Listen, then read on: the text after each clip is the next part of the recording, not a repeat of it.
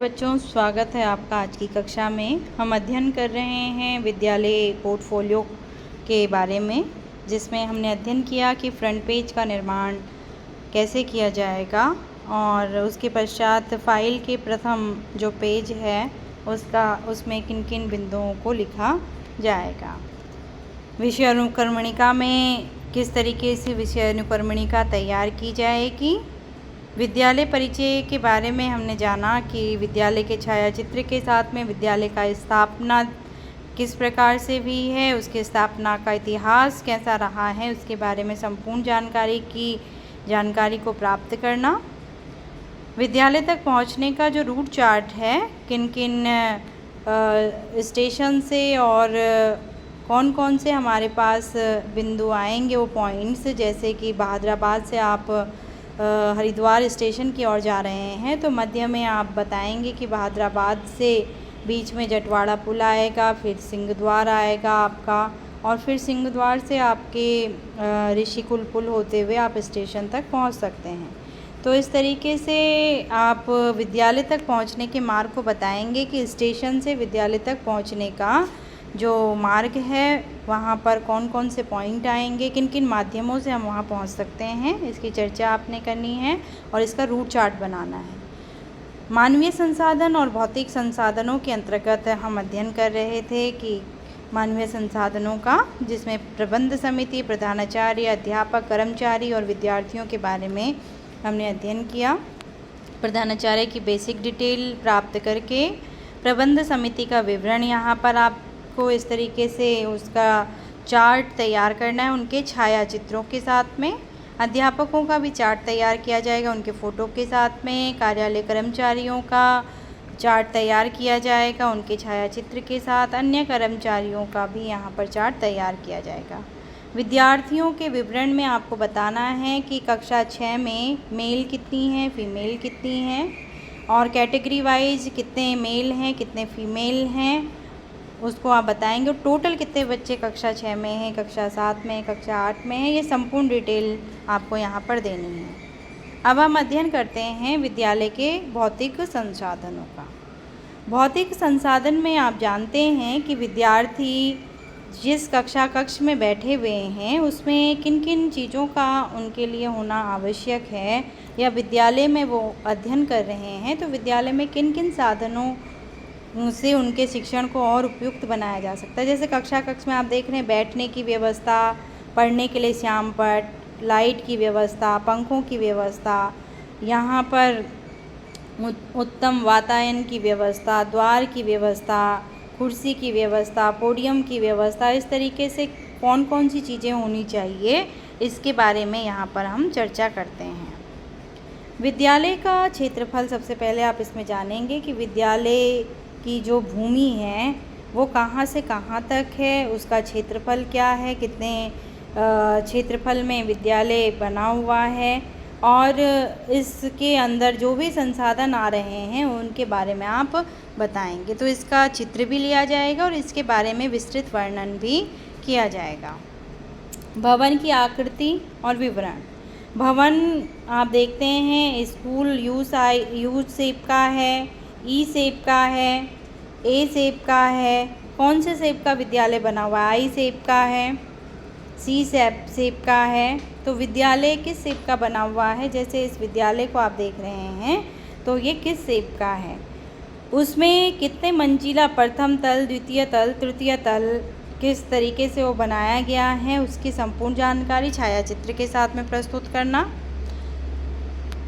कक्षा का विवरण यहाँ पे आप प्रदान करेंगे कि कक्ष हमारा बना हुआ है, कक्ष में आपका कक्ष के अंदर आप बताएंगे कि पूरे विद्यालय में कक्षों की संख्या कितनी है, कक्षा की जो चौड़ाई और ऊंचाई है वो कितनी है, उस संपूर्ण विद्यालय के कक्षों में खिड़कियां कितनी हैं, उनकी चौड़ाई ऊंचाई, दरवाजे कितने हैं, उनकी चौड़ाई ऊंचाई कितनी है, इसके बारे में जानकारी देना। कार्यालय कक्ष की चौड़ाई ऊंचाई कितनी है, कितनी संख्या में कार्यालय बना हुआ है। अध्यापक कक्ष की विस्तृत जानकारी यहाँ पर आपके द्वारा दी जाएगी। फिर उसके बाद आपको यहाँ पर प्रयोगशाला कक्ष का विवरण देना है। प्रतीक्षा कक्ष, वेटिंग रूम जो बनाया हुआ हो, प्रधानाचार्य कक्ष और अन्य कोई कक्ष विद्यालय में यदि बनाए गए हैं। आपको यह विशेष रूप से ध्यान देना है, जो जितने प्रकार के कक्षों का विवरण आप यहाँ पे दे रहे होंगे, उस कक्ष का छायाचित्र क्लिक करके, फ़ोटो क्लिक करके आप अपनी फ़ाइल में चस्पा करेंगे। प्रधानाचार्य कक्ष के अंतर्गत आप यह जानकारी कलेक्ट करेंगे कि प्रधानाचार्य के कक्ष में कौन कौन से भौतिक संसाधन होने चाहिए, जिससे कि प्रधानाचार्य को कार्य करने में सुविधा हो। जैसे आप देख रहे हैं, बैठने के लिए टेबल, चेयर है, टेबल में कौन कौन सी वस्तुएं होनी चाहिए। दीवारों पर आप देख रहे हैं, यहाँ पर आपके सिल्ड वगैरह लगाए गए हैं, अलमारी रखी हुई है। ऐसे प्रधानाचार्य के जो कक्ष है, बैठने का कक्ष है, उनमें कौन कौन सी महत्वपूर्ण वस्तुएं होनी चाहिए, प्रधानाचार्य से इस बारे में आप विस्तृत जानकारी लेंगे और जानकारी को छायाचित्र के साथ में प्रदर्शित करेंगे। शिक्षक कक्ष में बैठक व्यवस्था के साथ साथ किन किन चीज़ों का होना आवश्यक है, जैसे अध्यापक के लिए अलमारी होनी चाहिए। प्रत्येक अध्यापक के लिए अपना एक स्टोर करने के लिए अलमारी में स्थान होना चाहिए। तो आप ये जानकारी प्राप्त करेंगे कि स्टाफ रूम में क्या क्या चीज़ें अध्यापकों की सुविधाओं के लिए होनी चाहिए। कार्यालय किस प्रकार से यह दर्शाता है कि अमुक विद्यार्थी की जानकारी ये है, अमुक विद्यार्थी की जानकारी ये है। इसके लिए कार्यालय की संपूर्ण रूपरेखा छायाचित्र के साथ में और वहाँ भौतिक जो सुविधाओं की वस्तुएं होंगी उनकी जानकारी को उपलब्ध कराना। तो कार्यालय से ही ये जानकारी आपको प्राप्त होगी और उससे संबंधित संपूर्ण डिटेल छायाचित्र के साथ में निर्मित आपके द्वारा किया जाएगा। पुस्तकालय का विवरण, ये बहुत ही महत्वपूर्ण बिंदु है। अध्यापक होने के नाते हमें यहाँ भी ध्यान रखना है। पुस्तकालय व्यवस्थापक का विवरण यहाँ पर दिया जाएगा। जो पुस्तकालय को संभाल रहा होगा उसकी संपूर्ण डिटेल, जैसे हमने प्रधानाचार्य के लिए, टीचर्स के लिए, कार्यालय के लिए, वैसे उनका डिटेल यहाँ पर छायाचित्र के साथ में तैयार किया जाएगा। पुस्तकालय में आगंतुक पंजिका, जब पुस्तकालय में कोई एंट्री कर रहा है तो उसकी जो उपस्थिति पंजिका बनी रहती है, उसके बारे में आप उसको कैसे बनाया जाता है उसकी संपूर्ण डिटेल को तैयार करेंगे। पुस्तक विवरण पंजिका, जिसमें पुस्तकालय के अंदर संपूर्ण पुस्तकों को लेखबद्ध किया जाता है, उनका विवरण तैयार किया जाता है, उसे कैसे इनरोल किया जाता है उस पुस्तिका को, उसकी डिटेल को लेना और उसकी पंजिका को कैसे निर्मित किया जाता है, इसके बारे में आप पुस्तकालय व्यवस्थापक से जानकारी प्राप्त करेंगे और उसके जो छायाचित्र है उसको अपनी फाइल में चस्पा करेंगे।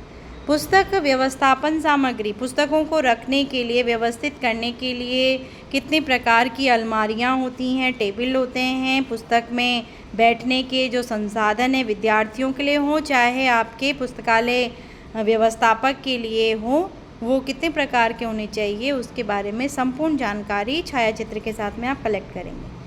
कक्षानुसार पुस्तक विवरण के अंतर्गत आपके द्वारा चार्ट तैयार किया जाएगा। जितनी कक्षाएँ विद्यालय महाविद्यालय में हैं और जितने विषय कक्षा में पढ़ाए जाते हैं, तो कक्षा 7 में मान लीजिए 7 विषय पढ़ाए जा रहे हैं, तो उन 7 विषयों की किताबों की संख्या बताना और टोटल कितनी किताबें हैं वहाँ पर कक्षा 7 की, ये जानकारी देना। ऐसी कक्षा 8 के संपूर्ण विषयों की जानकारी देना, एक विषय की कितनी पुस्तक है, दूसरे विषय की, तीसरे विषय की, चौथे विषय की और टोटल कितने हैं, तो कुल टोटल एक विषय की कितनी है, इस तरीके से आप जानकारी प्रदान करेंगे। टोटल यहाँ पर टोटल पूरे पुस्तकालय में कितनी किताबें हैं और वहाँ का इस तरीके से छायाचित्र क्लिक कर चस्पा करेंगे।